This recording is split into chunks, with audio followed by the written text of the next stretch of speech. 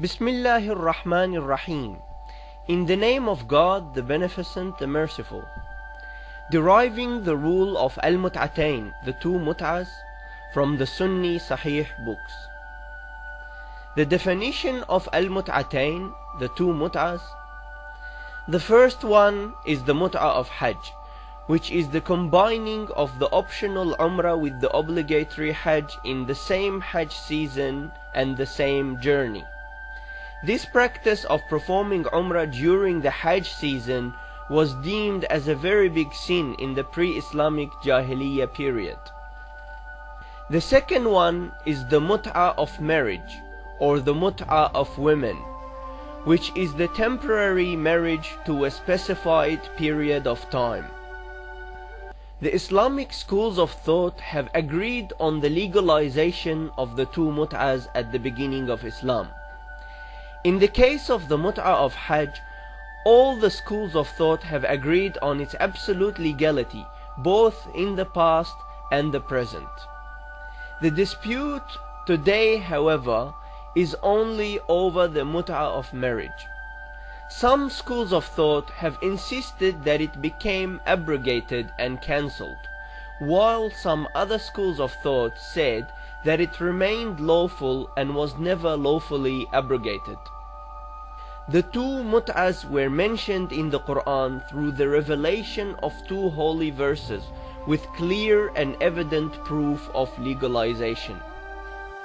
One of them in Surah Al-Baqarah, verse 196. Bismillahir Rahmanir Rahim.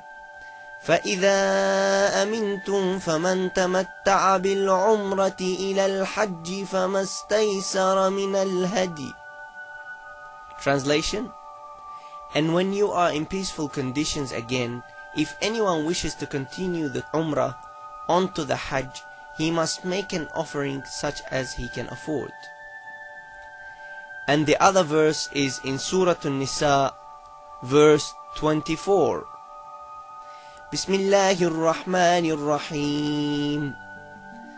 فَمَا اسْتَمْتَعْتُمْ بِهِ مِنْهُنَّ فَآتُوهُنَّ أُجُورَهُنَّ فَرِيضَةً.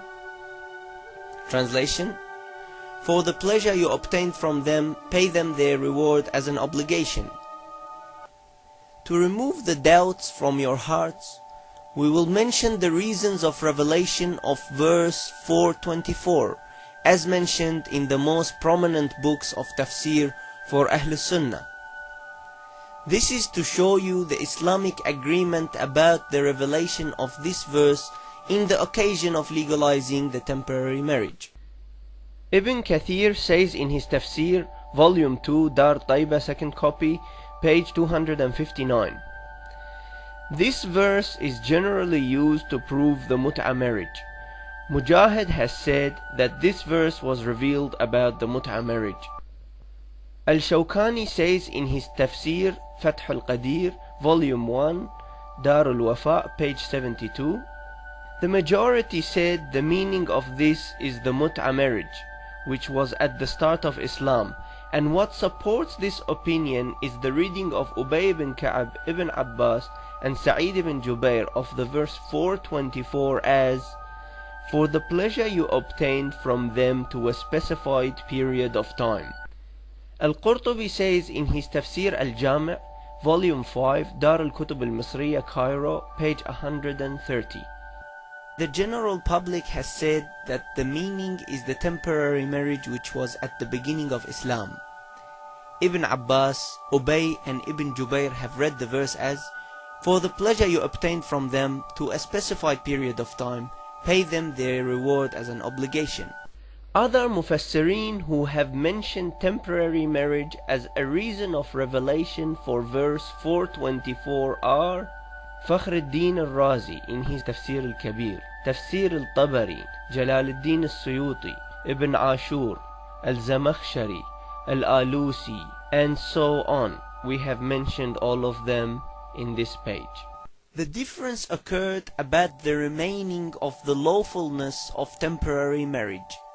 While the 12 Imams of Ahlul Bayt maintained that the mut'a remained lawful, the Ahlus Sunnah schools of thought stressed the prohibition and the abrogation of the rule of mut'ah, either by the Prophet himself or by the Islamic Khilafah represented by Umar ibn al-Khattab at that time.